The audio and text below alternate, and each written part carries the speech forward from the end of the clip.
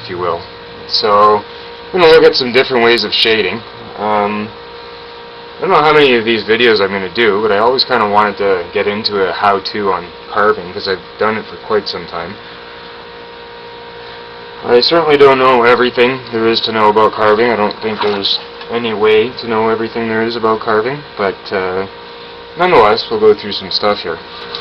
We're going to fix that with some 400.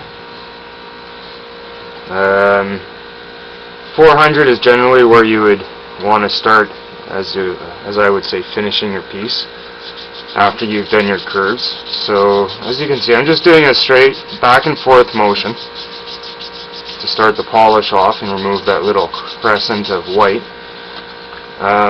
At this point, I'm probably going to fast forward the video, and you're going to see a few edits in this video where I skip. The reason I'm going just in a straightforward or back and forth motion is that at this point, the method of shading I've decided to use is by grit control. We're going to call it that. I don't know really what it's called, but I'm going to call it grit control, and I've been doing this since I was about 6 years old. So if I want to make up my own terms, I think I'm allowed to. YouTube always has another opinion.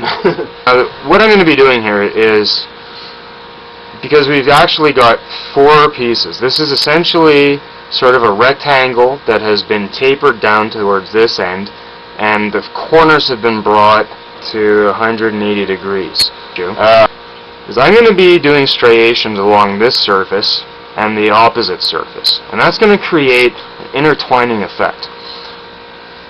As you go and step up your grids from 400 to 600, eventually up to 2,000 or 4,000, you're going to have control of the depth of which these striations or scratches are reaching. That's also going to affect how the light reflects off of it, and so therefore you're going to get different color, and that's how I shade. Anyway, this is where I would actually start doing a relief, is at 400. And the reason for that is I've got a very nice clean surface that I can easily fix. I don't have to go all the way down to 100 to fix it if I slip on the surface with anything. I'm going to pick the side of this that's got basically the most scuffing or damage already on it. And then that's the side that I'm going to basically bring to the minimum grit, or the surface and its opposing surface as well. And then the other 2 surfaces I'm going to polish probably to a glass finish. So I'm at one of the parts where you can screw up really quick. Where I'm at here is I'm up to 1,000. And you've really got to be careful to stay on the sides that you've picked to bring to that. I'm just starting at the 1,000 mark here, so I'm going back and forth at first. Eventually I'll be stepping it up to a circular pattern, like that. So sometimes what you can do is just, do the whole piece in 1,000 and then step down at one level back down to your 8 or your 4 or whatever grit you want it at. Sometimes that can actually be easier to keep track of, because it's easier to see, because you can also scratch it up while it's dry, whereas polishing you almost always do wet. Just the one side. As you can see, I'm still just doing the back and forth, just to bring it down from the last step. I don't consider this stage to be polishing yet. Polishing is specifically when you're doing small circles, in my opinion. Another thing you want to try and do is keep your consistency of the pressure you're applying. A lot of times when you screw up a piece, you're screwing it up in the final stages. That's just the way it is.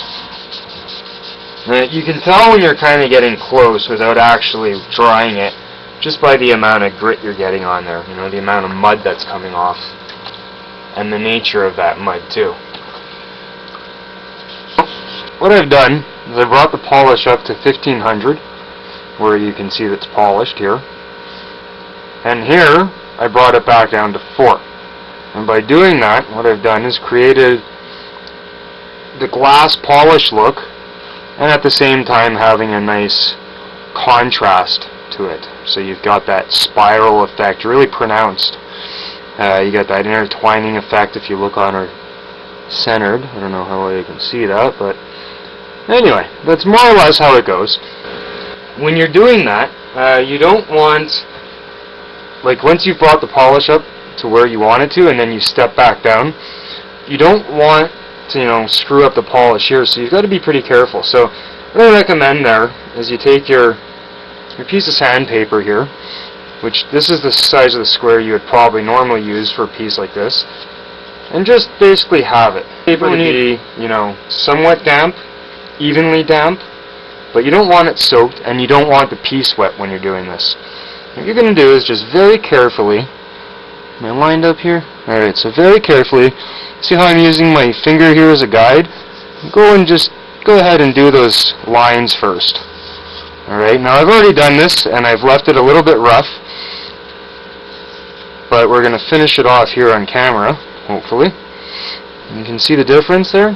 And what that does is, because the striations are all in the same direction, you really get a pronounced effect with the light.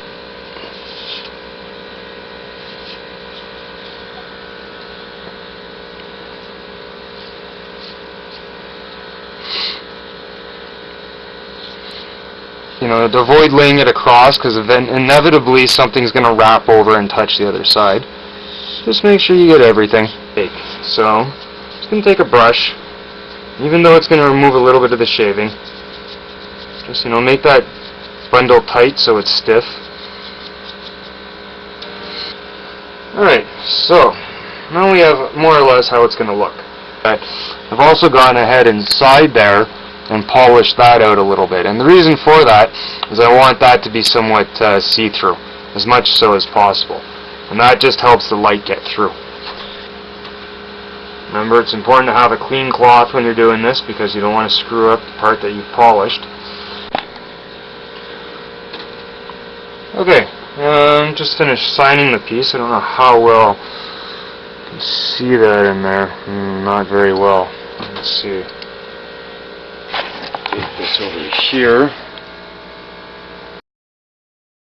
Sometimes if the finish is to be intricate, for some reason, if they, you know, somebody wanted snakes or whatever it might be, I've done various different finishes, then I might sign it somewhere on the outside. But usually something like this, if it's just a finish like that, with no other relief on it, then I'll sign it just inside. And so now the piece is totally dry, as you can see, and we've got the basic finish that we want.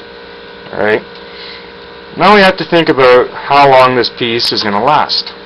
If we leave it just like this side's going to fade out a little bit, and this side's going to get a little bit darker from handling. From people tend to pick these things up and look at them if they're not actually using them all the time.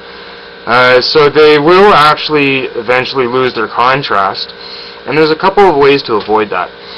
You can take a clear or white wax and apply it to this surface, and take a furniture polish and apply it to this surface, and that'll definitely keep the effect there for quite some time.